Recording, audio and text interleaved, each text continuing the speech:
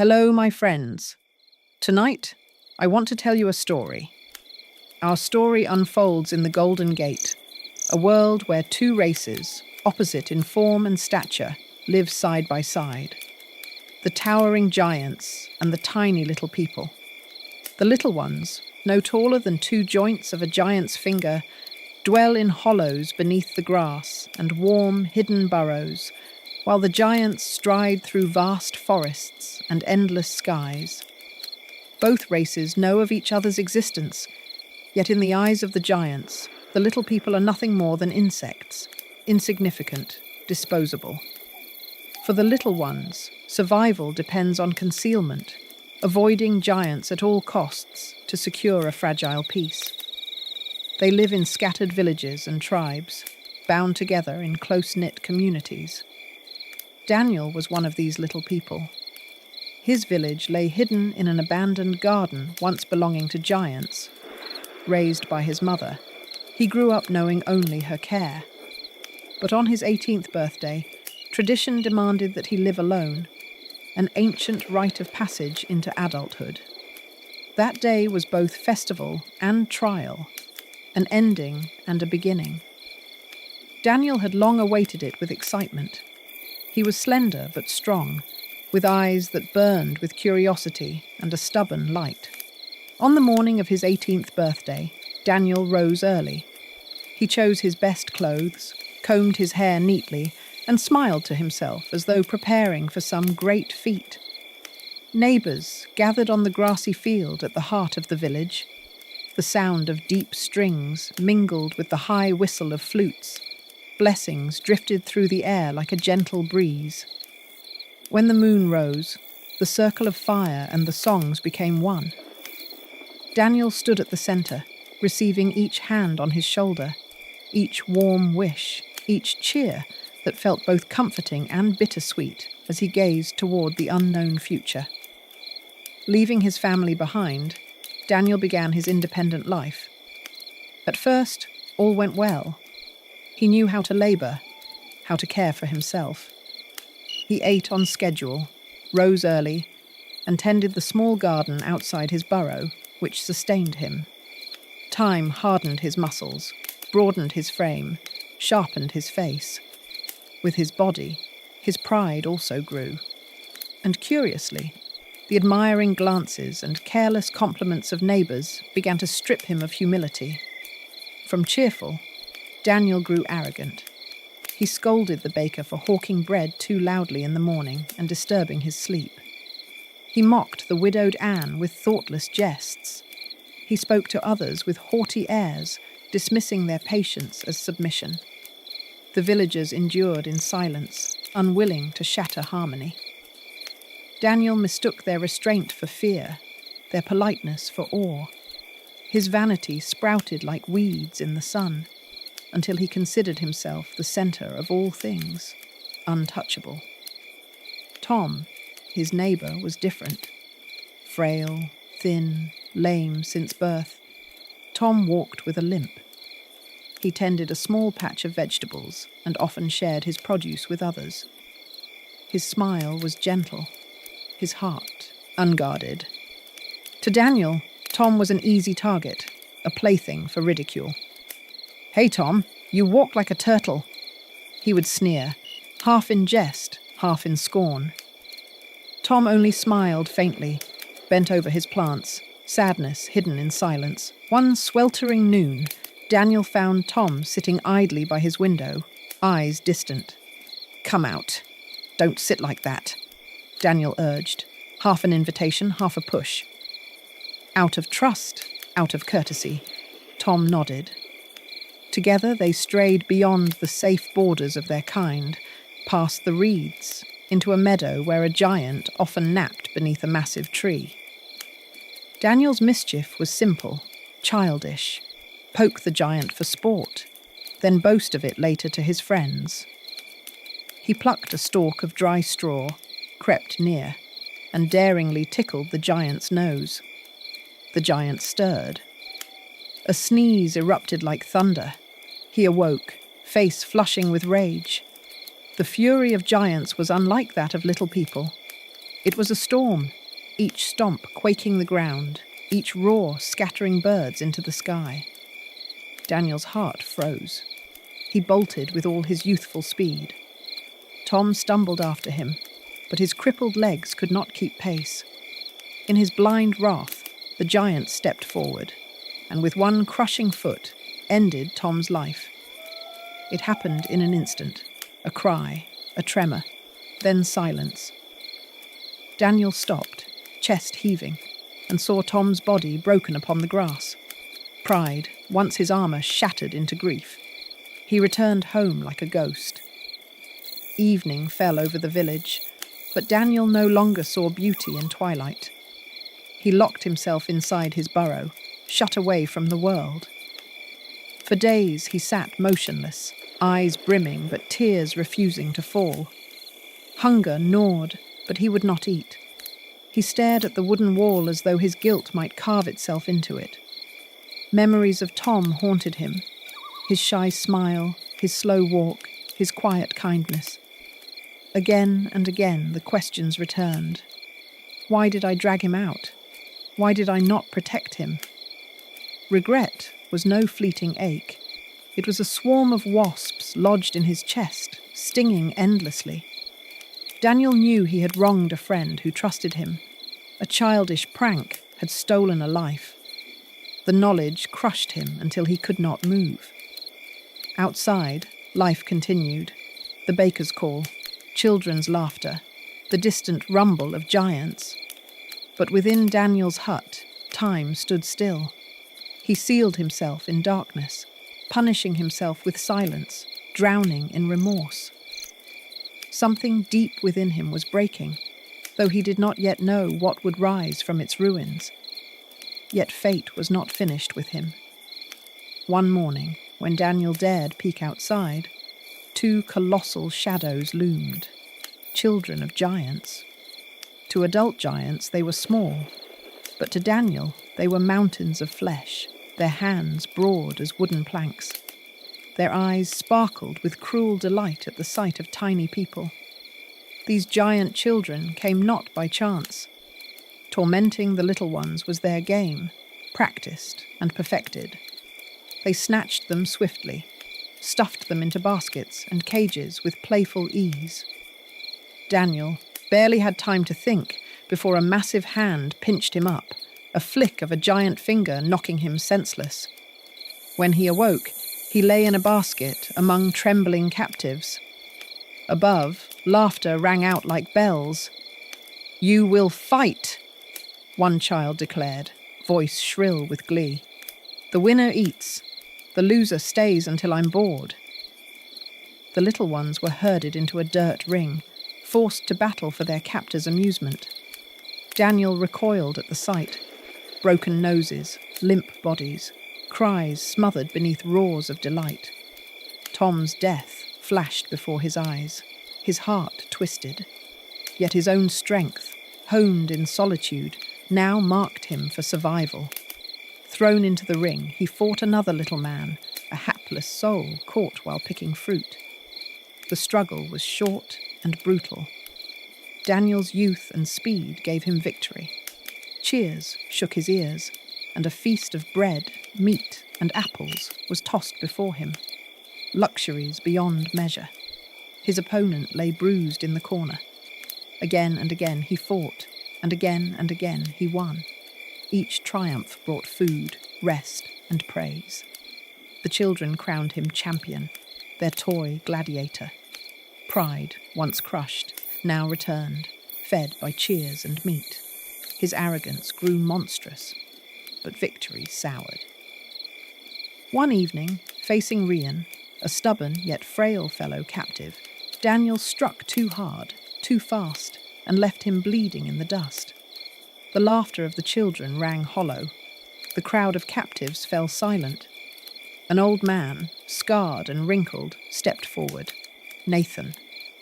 He knelt beside Ryan, then turned and struck Daniel to the ground. "You think strength gives you the right to do as you please?" Nathan's voice was quiet, but sharper than steel. "These are your people.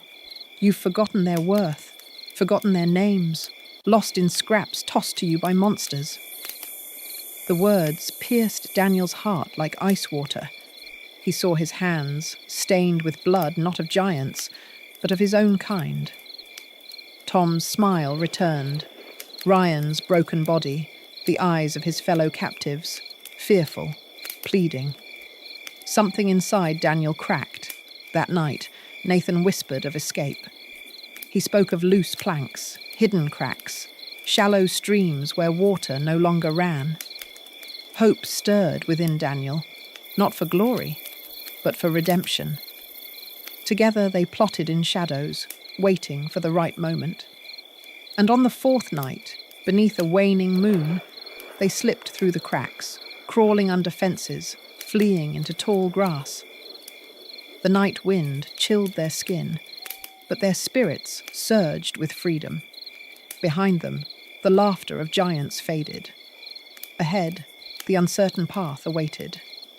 For the first time, Daniel's strength was used not for pride, but to save lives. A seed of change had been planted. His journey was only beginning. Daniel's steps grew heavy as he longed only for home, to collapse in his mother's arms, to bury himself in the fragile safety of the village. But fate was not yet done with him. From behind a broken tree stump came the sound of sobs. Startled, Daniel crouched low. There, huddled in tears, was a tiny girl, her face streaked with dirt, her whole body trembling. "My name is Alma," she whispered through sobs. "The giant's children took my mother and brothers. I tried to find them, but I don't know how." At the word giants, Daniel froze. Images returned like daggers, crushing hands, shrill laughter, bloodied games. He turned to leave, stammering, "Go home, don't be reckless." But Alma's desperate cries cut through him like knives. When she explained that the children, furious at his and Nathan's escape, had scoured the land and captured her family in revenge, Daniel's breath caught. His heart clenched. Others were paying for his sins. He clenched his fists, knelt, and placed a steady hand on Alma's shoulder. "I'll help you," he said. Night fell. A crescent moon hung over the oak. The giant children sprawled asleep, their bellies full, crumbs of bread clinging to their lips. Their snores rumbled like distant thunder. By their side lay a massive black cat, its golden eyes gleaming watchfully in the dark. Daniel crept low, Alma beside him, trembling. A giant cage loomed, and within it, Alma's mother, her brothers, and several other captives huddled together.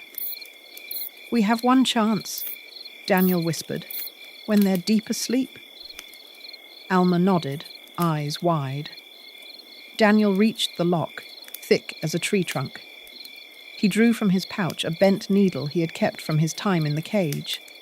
He pried, heart racing. A faint click sounded. At once the cat's eyes flared. It rose, claws scraping the ground with a hiss that froze Daniel's blood. "Run!" Alma gasped. "No," Daniel growled. If he fled, they all would die. He hurled a twig into the brush. The sound drew the beast away. In that heartbeat, Daniel forced the lock open. "Go!" he hissed. Alma flung herself into her mother's arms, the captives spilling out. But the rustle of grass betrayed them. The cat turned, eyes blazing. It lunged, a shadow of death. Daniel did not hesitate. He shouted, bolting in the opposite direction, drawing its wrath onto himself.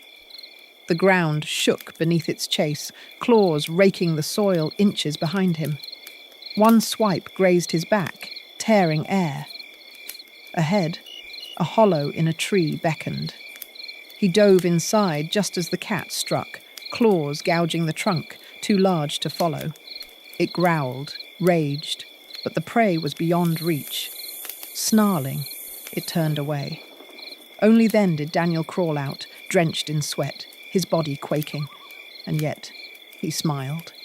Alma and her family were safe. At dawn, Daniel guided them to a safe path. Alma clasped his hand tightly. "You risked your life for us. I'll never forget." Daniel only nodded, then turned alone toward his village. But when he arrived, his heart broke. Houses were crushed, gardens trampled, the land scarred by giant feet. By grace, his people had survived, hidden deep in the earth. When they saw him return, they rushed forth, tears and laughter mingling. His mother's arms wrapped him, trembling with joy. That night, by firelight, Daniel stood before them all. His voice rang clear. "We cannot live forever in fear. We must seek a new land, far from the giants. There we will rebuild and live in peace." The villagers nodded. His mother's tears shone in the flames. For the first time, Daniel felt truly grown, not the arrogant youth of before, but a leader who carried hope. After a few days, he packed his belongings. Quietly, without farewell, he set out. He looked back once at the village of grass huts and warm burrows, a promise burning in his heart. "I will return." Daniel followed a narrow path through the tall grass, the evening sun filtering through the leaves, casting mottled patterns on the ground. Suddenly, a strange sound echoed ahead, thrashing, mixed with desperate, ragged breathing. "Help! Someone help!" Startled, Daniel sprinted toward the sound. Before him was a chilling sight, a sturdy little man dangling helplessly in a giant spider's web. The thick white strands bound his body tightly, restraining every movement. Nearby, the sticky traces on a branch warned that the venomous spider was close. "Stay calm," Daniel whispered sharply, his eyes scanning for a way out. The trapped man gritted his teeth, voice taut with frustration. "Curse it all. One careless step. How humiliating. If that spider returns, even my strength will be useless." Daniel drew the small knife he always carried and rushed forward, slicing through the strands of silk as thick and strong as rope. The first strand snapped, and the prisoner exhaled in relief. "What's your name?" Daniel asked while cutting. "Petter," the man answered between breaths, his eyes still fierce. "I can lift boulders, yet I tumbled into this cursed trap. Lucky for me you came." Daniel gave a faint, reassuring smile. "Even the strongest stumble sometimes. Don't blame yourself." At last, the final strand gave way. Petter tumbled to the leafy ground, but sprang to his feet at once. He rolled his shoulders and cracked his knuckles as if to prove he was unharmed. "Thank heaven. Without you, I'd already be spider's meal." He slapped Daniel's shoulder with hearty gratitude. "You saved my life, so from now on, consider me your brother." Daniel nodded, his tone sincere. "I'm Daniel. I just want to find a land far away, where no giants live, so I can bring my people there. We cannot live in fear forever."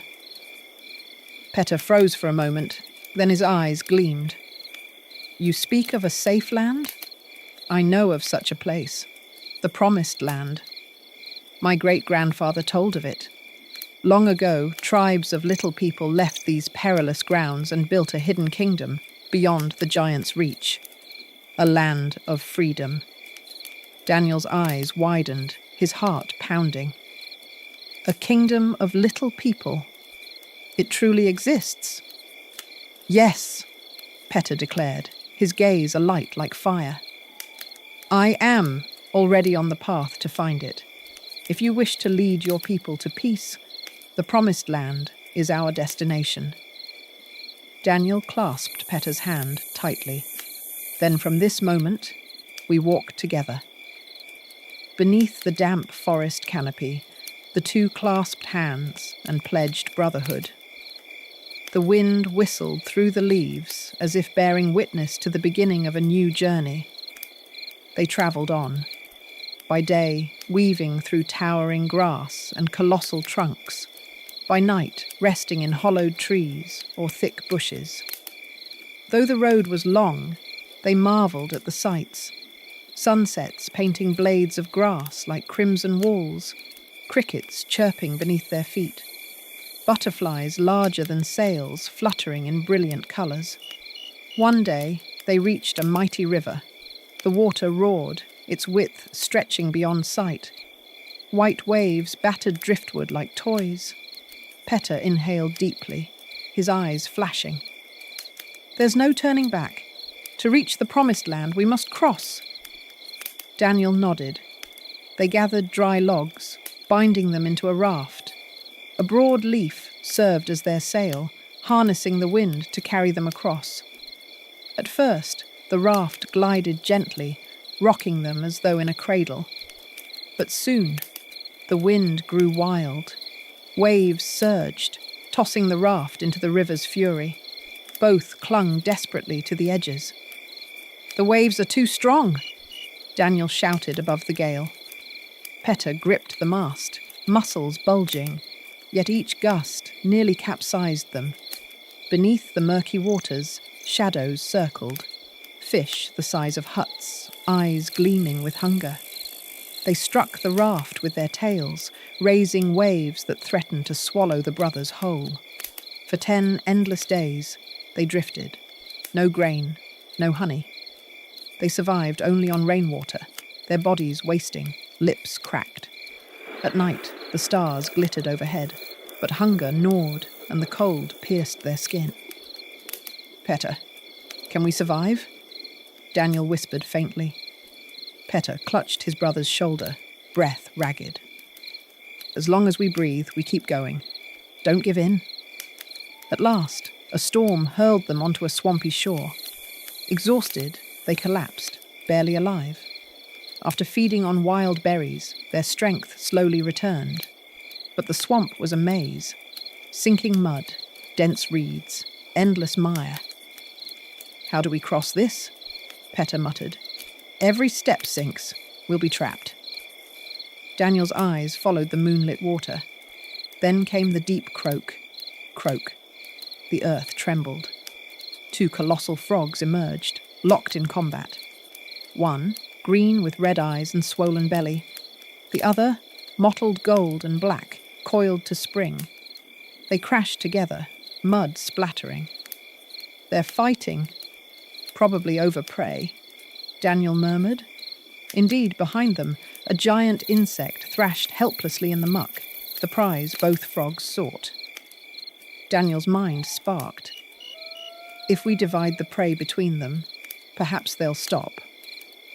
Peta quickly tied a vine around the insect, while Daniel pulled him back. They split the carcass in 2, placing each half before the frogs. The scent halted their battle. Daniel gestured. "Eat and cease fighting." The frogs blinked, then devoured their shares, croaking contentedly. But then, both turned their gaze toward Daniel and Peta. Daniel pointed toward the swamp blocking their way, then pressed his palms together in plea. Slowly the frogs crouched low, their backs inviting. Peta gasped. "Daniel, they understand you." They climbed onto the slick, damp backs. "Hold tight," Daniel urged. The frogs leapt. With each bound, the swamp shrank beneath them. Air lashed their faces. Daniel's heart pounded, and Peta roared with wild laughter. "Ha! It's like flying!" Splash! They landed on a lotus leaf, then sprang again. Predatory fish snapped at them, but the frogs soared beyond reach. At last, firm ground appeared. The frogs crouched once more, allowing them to dismount, then croaked thunderously before bounding back into the mist. Breathless, Daniel whispered, "Thanks to them, we're one step closer to the promised land." They pressed onward, day and night. At last, a vast pine forest rose ahead, the canopy thick, the air hushed. As they walked, silvery webs glistened in the moonlight, spanning branches like ghostly curtains. Spiders, Peta muttered grimly, not ordinary ones. Dark shapes emerged, each twice their size, legs bristling, eyes glowing red. They advanced with clicking menace. One spat silk, binding the ground near Peta's feet. Daniel yanked him back, remembering vividly how he had once freed Peta from such a trap. "Don't fear. Fire is their enemy," Daniel hissed. At once they struck sparks onto dry kindling. Torches blazed. The spiders lunged, but the flames caught the webs, whooshing into fire. Smoke rose, and the creatures recoiled. Daniel slashed through strands, igniting more. Peta swung his torch, searing one spider that shrieked and collapsed in ash. "Burn it all," Peta roared. In moments, the forest flared with firelight, webs crackling to cinders. The spiders fled, some writhing in flames, others vanishing into the dark. When the last ember died, only charred husks remained. "We are no longer prey," Daniel rasped, gripping his torch. "From now on, danger will flee us." Peta's hand clapped his shoulder. They sank against a tree, exhausted, the forest whispering its approval in the night wind. As they walked on, the forest opened into wonder. A kingdom of mushrooms, tall and domed, glowing under the dance of fireflies. Deer grazed peacefully, their eyes gentle in moonlight. Peta's voice trembled with awe. "This is like a fairyland." But beauty turned to menace as howls rose, the deer fled, and shadows crept. The mushroom kingdom dimmed under dark clouds. Then came the hiss. From the blackness, golden eyes gleamed. A massive serpent slithered forth, scales gleaming green-grey, tongue flickering red. It coiled, blocking their path. "Run!" Daniel cried. They fled, the serpent smashing trees in pursuit. Peta faltered, but Daniel dragged him into a hollow just as the jaws snapped shut. The monster struck again, the ground trembling. They scrambled into a narrow ravine, but it was a dead end. The serpent loomed, eyes blazing, ready to strike. Then, wheesh, arrows streaked through the dark, striking its scales. Hunters appeared, clad in furs, wielding bows and ropes. "Drive it to the trap," one shouted. The serpent thrashed, blinded by arrows, lured forward until it plunged into a pit lined with stakes. Blood spattered as it writhed, ensnared by vines, until at last it stilled. The tall, lean leader of the hunters approached Daniel and Peta, smiling. "You were brave. Without you, we might not have cornered it so cleanly." Daniel bowed. "We owe you our lives. Thank you." Peta, still catching his breath, managed a weary smile. The old hunter, the man who had saved Daniel and Peta in the forest, brought them to his home. His house was built beneath an ancient tree, its roof thatched with broad lotus leaves, lanterns of glowing fireflies hanging outside, casting a warm, golden light. Inside that home, Daniel and Peta met Jessica, the hunter's daughter. Jessica was about their age, with bright eyes and a gentle smile. She was open-hearted, kind, and caring. Though it was their first meeting, the way she spoke so naturally and attentively made Daniel and Peta feel as though they had known her for a long time. One morning, Jessica beamed and said, "Let me take you to the market. You should see it. It's lively and full of wonders." The village market was indeed bustling. Stalls lined with spider silk cloth gleaming white, stands offering honey stored in snail shells, children laughing as they floated leaf boats in shallow streams. Daniel gazed around, his heart swelling with a strange feeling. This was a thriving community, so different from the tiny, struggling village he once knew. But the joy did not last. At the far end of the market, they encountered two brawny young men, Brian and Kevin. Both were tall, arrogant, their mocking laughter sharp. At the sight of Jessica, they whistled and hurled crude remarks. Jessica frowned and tried to leave, but Brian stepped in her way while Kevin smirked. "Where are you going in such a hurry, Jessica? Stay and chat with us." At once, Daniel and Peta stepped forward to shield her. Daniel's voice was firm. "Step aside." Brian sneered, pounding his chest. "Oh, a new hero in town? What are you going to do?" The tension grew thick.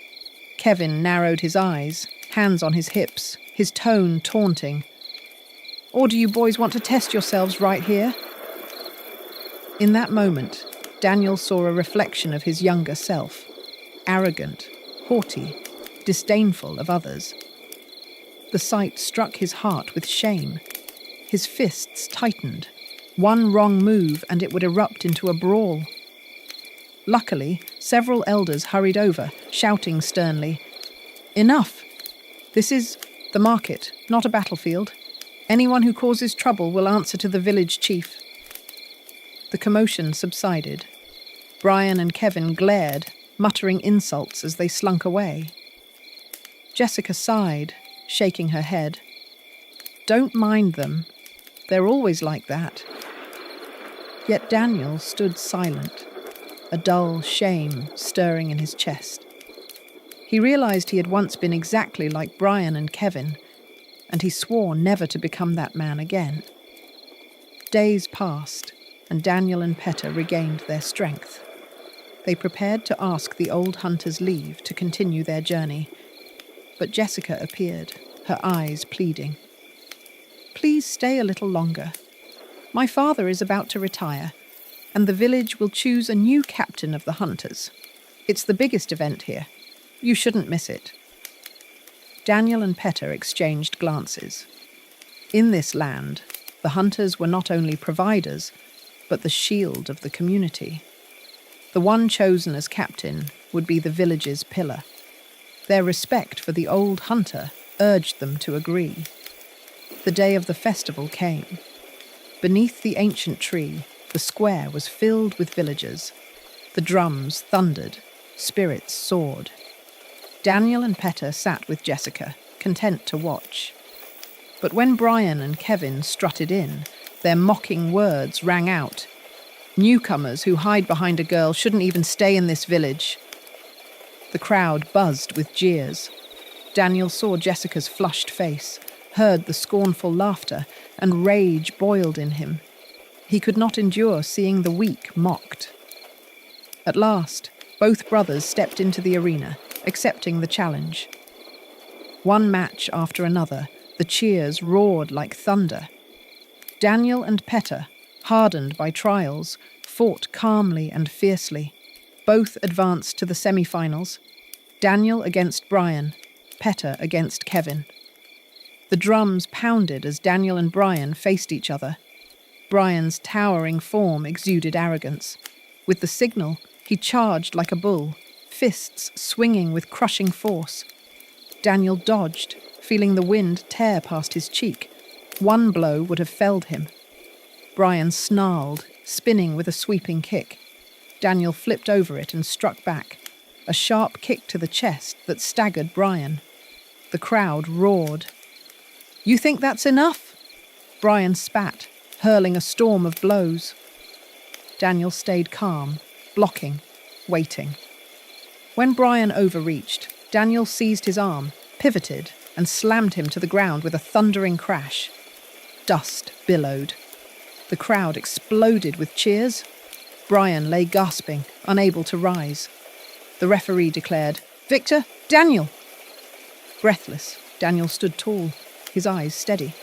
Then Peta stepped in to face Kevin, a sly opponent, with a mocking grin.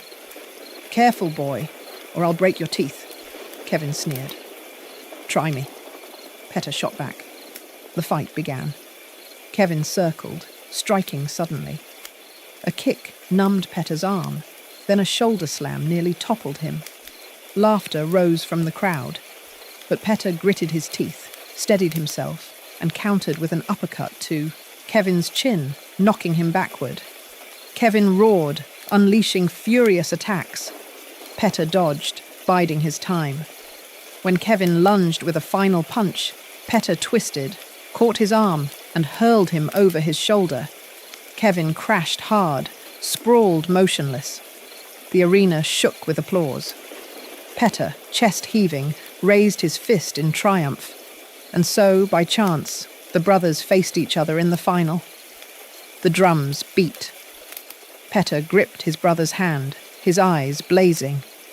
Daniel looked at him, and in his heart saw Tom's face and his own prideful youth.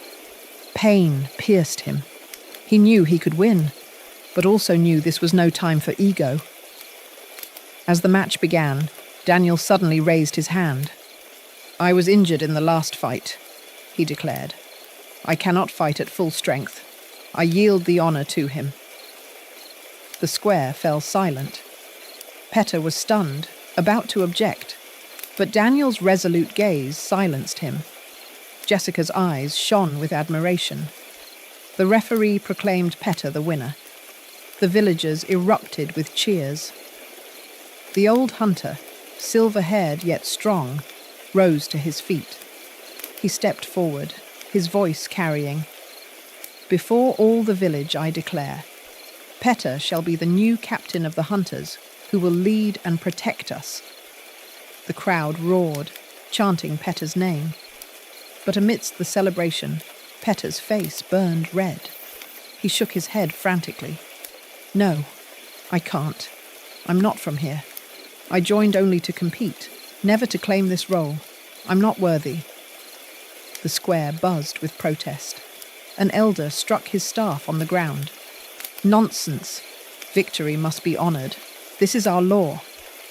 Another voice rose. "We need a strong captain, and you are the best. You cannot refuse." The old hunter placed his hand on Petter's shoulder. "Son, I understand your hesitation. But this title is not only honor, it is responsibility. The village needs you." Petter's heart pounded. In his mind, the road stretched onward, the promised land still far away. He could not stay.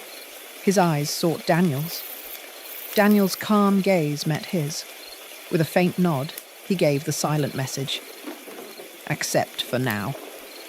Petter raised his hand, forcing a smile. "If this is the will of the people, I accept." Thunderous cheers erupted again. That night, the village shone with festivity. Firefly lanterns lit the air, tables overflowed with honey, fruit wine, leaf cakes. Songs echoed through the valley. Petter was toasted again and again, his face flushed with drink. Daniel leaned close, tapping his cheek. "That's enough, Petter. Wake up. We must leave." Half dazed, Petter blinked, sobering. Quietly, the brothers slipped away from the feast, hearts heavy. Daniel whispered hoarsely, "To leave like this, it feels wrong. No farewell to the old hunter or Jessica, after all they've done for us." At the forest's edge, they halted. A familiar figure waited on the path, the old hunter himself. His weary but gentle face softened. "I knew this place could not chain young hearts. Go, seek the place that belongs to you." He drew out a worn scroll of hide, tossing it to Daniel. "This is the map to the promised land, passed down for generations as a treasure. I once dreamed of reaching it myself, but duty bound me here. Now, you must fulfill that dream." Daniel caught it, his hands trembling, tears in his eyes. "But what about you?" The old hunter smiled. "Do not worry for me. I will tell the village I shall remain captain a few more years, until one truly worthy arises. As for you, walk your path, to the very end." Daniel bowed, overwhelmed. Petter gripped the old man's hand, speechless. Behind them, the village lights flickered. Before them, the forest loomed. Two worlds divided, and their path was clear. Thus, Daniel and Petter set forth again, carrying the map, bound for the promised land. The story of Daniel's adventure is not over yet. Find out what happens next in the following video.